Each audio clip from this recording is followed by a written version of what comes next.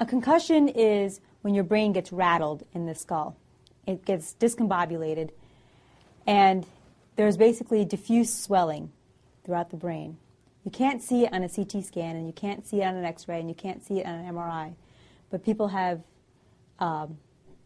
symptoms of this scrambling, such as fatigue, insomnia, personality changes. They feel like they're in a fog. They're more nervous than usual, but there's no sign of that on any imaging study.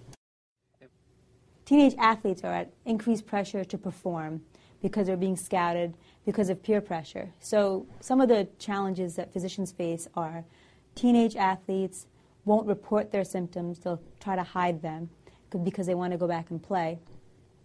Teenage athletes, their brain is not fully mature yet, so it takes a lot longer for their brain to recover from the effects of a concussion. However, when they do recover, they do a better job than adults do, but it does take a lot longer. The first thing is, after your first concussion, it takes a lot less energy to be transmitted to your head for there to be a second concussion. So even just getting hit in the chest can cause a second concussion after your first one because your brain gets jostled. The risks of this of multiple concussions are something as simple as it will take longer or even longer to recover to death, actually. There's a thing called second impact syndrome. And what happens is, with your first concussion, your brain swells.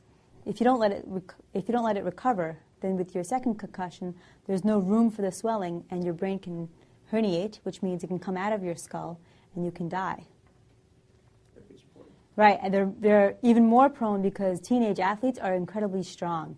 And so to be hit by another teenage athlete who's very strong, and if a very strong athlete hits somebody with an immature brain, that's going to have profound effects.